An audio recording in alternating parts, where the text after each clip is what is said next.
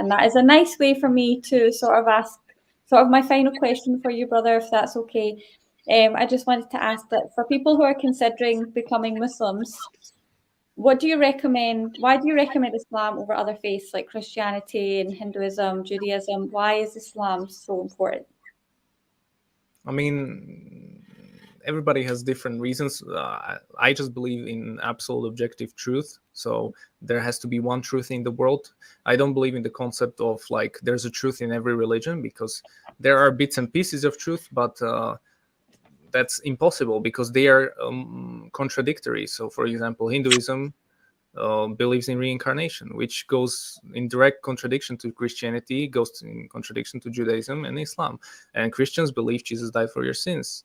And if you don't believe in him, you go to hell. So that's a contradiction with Islam. Judaism believes Jesus is burning in a pot of hot water right now, and he's a fake prophet.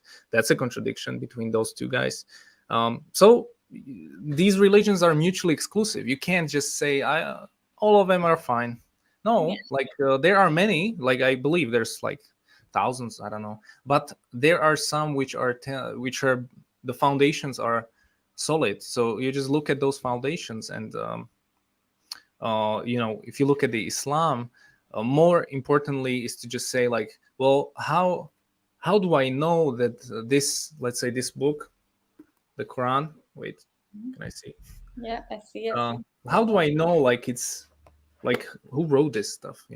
And that's like this is something Islam has that any other religion doesn't, because the Vedic texts weren't written by nobody knows actually who wrote them. It was like 4,000 years ago. I don't know, like there's no chain of going anywhere. It's just random.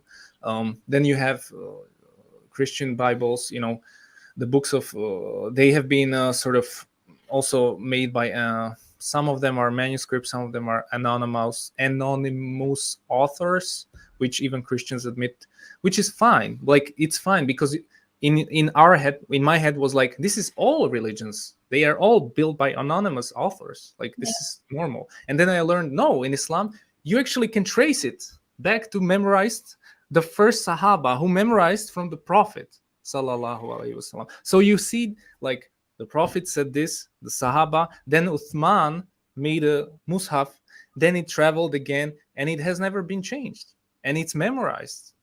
Okay, this is strange. So that's like how this is just one thing, but it's like, okay, so we know this thing I'm reading is actually what the Prophet did. But now the question is, why is he a prophet? Why is he like, what makes him a prophet? What makes him a final messenger? Like, how do I know he's not lying? And you have to go through like a checklist, and that's where the Sunnah or his life helps. Like you look at the life in Mecca, like life in Medina, which is something readers don't really study that much, because they typically just stick to the Quran. But I think it's more important to get connected to Islam. You have to build relationship with your Rasul. You have to understand him, like what he did in each situation, so that you can kind of see how you should be in some things, and where should you have like forgiveness, and where should you be like firm. And it's like you don't have this role model anywhere besides looking at the authentic narrations. And there's many books you can read on the Sirah, which is another great thing I would recommend. And then just of course read the Quran. I mean, that's the basics. You're not going to read the hadiths, I mean, thousands of them, it's impossible. At least understand what is a hadith, how the isnad, the chain works, so that you know how it's authenticated, and it's not just well, I don't know if he said this, like, no, there have been like 1,400 years of chains. Thousands of students have been verifying each of these links. You can't just discard it. There are people who just convert and say, oh, I don't follow hadith, like I don't care, it's not the Quran. And these people basically reject the same chain that brought you the Quran, because the Sahaba brought you the Quran, they also brought you the hadith. It's the same people. So how can you reject it? Okay, the question is, okay, is this hadith authentic? Okay, that's a different question. But if your question is, oh, I don't even believe in this, oh, that's a major problem. And this is something you have to explain to reverts. Like it's you can't just say this stuff. You have to understand, like, you're making logical fallacies in your head, and it's going to lead to a big problem in your deen, and you're not going to understand many things. So I would just look at those basics, like the chain of hadiths, the sirah of the Prophet, and then the Quran, how it was preserved, then that's it. I mean, then you have many other things. You have spiritual experiences, you have rational experiences, you can read about the miracles. But I think Islam just stands on its own. I mean, it's not even comparable to any other religions. I don't think it's a fair comparison, because like just look at, for example, Islamic banking. What is a Hindu banking? Tell Yeah. me.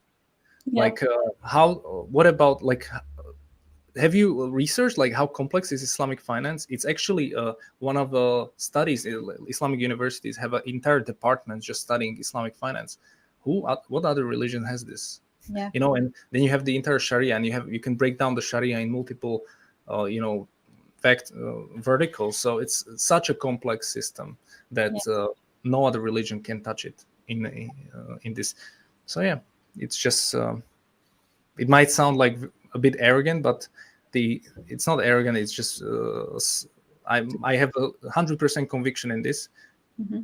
So then what? I'm not gonna be like, maybe. No, this is the truth. Yeah, it's the truth. It is the truth, and inshallah that'll help people and guide people to Islam. And I appreciate all the work that you do, brother. It's beautiful to see that you're growing a community over there in Slovakia. For anybody that does become Muslim or is Muslim,